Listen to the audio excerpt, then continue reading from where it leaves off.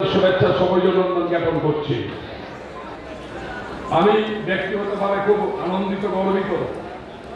অসংখ্য যুব তৃণমূল কংগ্রেসের পতাকা তুলে গোটা জেলা জুড়ে বিক্ষিপ্ত অবস্থায় যেখানে সেখানে ছিটিয়ে ছড়িয়ে তারা পারেননি বা সংগঠিত করতে পারেননি। তারাও সংগঠিত করার চেষ্টা করেছিলেন, কিন্তু আরো সংগঠিতভাবে সবাইকে সাথে করে নিয়ে চলার যে জায়গাটুকু তারা করেছিলেন তার চাইতে বেশি আজকের দিনে সংগঠিতভাবে সকালে এখানে এসে উপস্থিত হয়েছেন। আমি সবাইকে আরেকবার আন্তরিক ধন্যবাদ জানাচ্ছি। আছে আমাদের জেলার প্রথম সারির নেতৃবৃন্দ কয়েকজন বলবেন।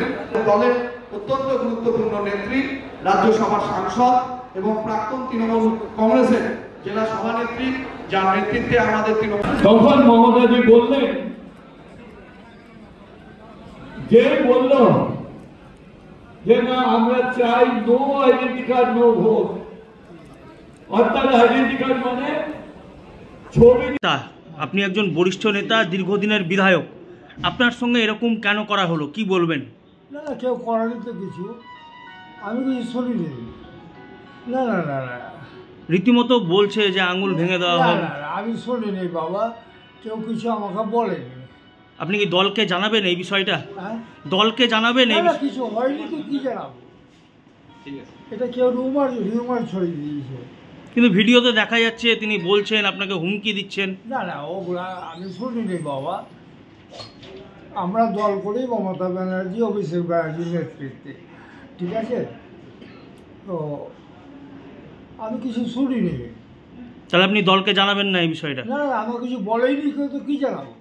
ঠিক। দেখুন, সমর মুখোপাধ্যায় আমাদের দলের অত্যন্ত প্রবীণ বিধায়ক এবং উনি রতুয়ার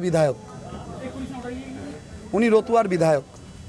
তো দলে কে টিকিট পাবে না পাবে সেটা ঠিক করবেন স্বয়ং দলনেত্রী মমতা বন্দ্যোপাধ্যায়।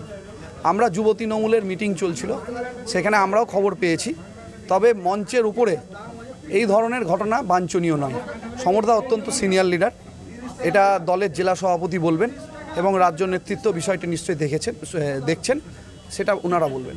কিন্তু এটা একজন সিনিয়র, একজন 80 বছরের বয়স্ক, তাকে খাবড়ে দেওয়ার মতো এরকম ধরনের শব্দ উচ্চারণ না, এই ধরনের হাত তুলে।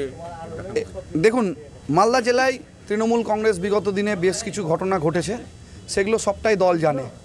দল হয়তো সাংগঠনিক কিছু পরিবর্তন করেছে, তবে আমি আবারও বলছি, তৃণমূল কংগ্রেসের অত্যন্ত সিনিয়র লিডার সমর মুখার্জি এবং প্রবীণ বিধায়ক, তার সাথে যারা এই ঘটনা করেছে সেটা রাজ্য নেতৃত্ব এবং তৃণমূলের জেলা সভাপতি দেখবে।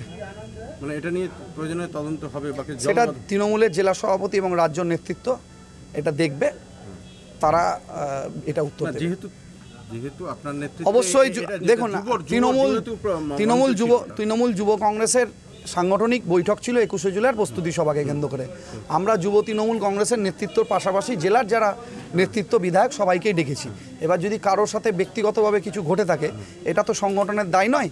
তাও যখন এটা ঘটেছে, আমি আবারও বলি, রতুয়ার প্রবীণ তৃণমূল বিধায়ক, উনি আমাদের দলের অত্যন্ত সিনিয়র লিডার, ওনার সাথে যদি এরকম কোনো কিছু ঘটনা ঘটে থাকে, এটা দলকে রিপোর্ট হয়েছে, দলের রাজ্য নেতৃত্ব এবং তৃণমূলের জেলার মালদা জেলার সভাপতি এর উত্তর দেবেন। জড়িয়ে পড়লেন দুই নেতা, তাপর নেতা, একদিকে বিধায়ক সমর মুখার্জি, অন্যদিকে জেলা তৃণমূল মুখপাত্র আশিস কুন্ডু, কি বলবেন? আমি তো সামনের দিকে তাকাচ্ছিলাম।